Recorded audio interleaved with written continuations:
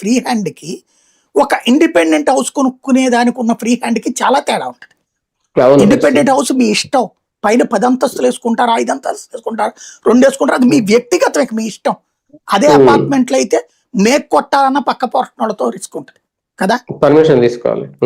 గందరగోళం ఉంటది. దానికొక అంటే దాని ప్రొసీజర్ దానికుంటది. అవును. పేదలకి ఈ అపార్ట్మెంటల్ లైఫ్ అనేటటువంటిది కొంత తలనొప్పి. ఎందుకంటే ఎవరి అవును. ఆలోచనలు ఆళ్ళది, ఎవరి జీవితం వాళ్ళయి ఉంటుంటాయి. హ్మ్. అది ఇదివరకు రాజీవ్ గురుకల్ప ఇళ్లలో చూసాం. ఇందిరమ్మ ఇళ్లలో చూసాం. ఉంటారు వాళ్ళు. కానీ ఆ సాటిస్ఫాక్షన్ ఉండదు.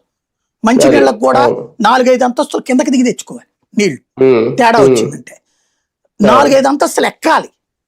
ఇవాళ 4, 5 అంతస్తులు ఎక్కగలిగిన దమ్ము, ఓపిక తెలుగుదేశం నాయకులు ఎంతమందికుంది చెప్పండి?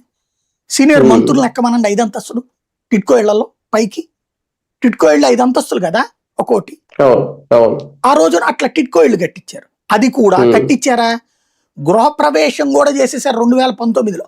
19 జనవరిలోనో, ఫిబ్రవరిలోనో. గృహప్రవేశ వేడుకలని. కట్టని గృహానికి అవును. వేడుకలు చేశారు ఆ రోజున. కరెక్ట్. ఇచ్చేసామని చెప్పారు ప్రజలకి. నమ్మించారు మరి ఆళ్ళందరిని.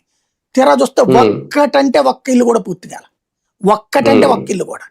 కేవలం గృహప్రవేశం చేయించారు. మాటకి. అంతే. అయిపోయింది. గద్దె దిగారు. తీరా చూస్తే డబ్బులు లేవు అవేమి ప్రభుత్వం దగ్గర. ఆ డబ్బులన్నీ ఎవరికిచ్చారో తెలీదు. అండర్ కన్‌స్ట్రక్షన్ హౌసెస్ అండి.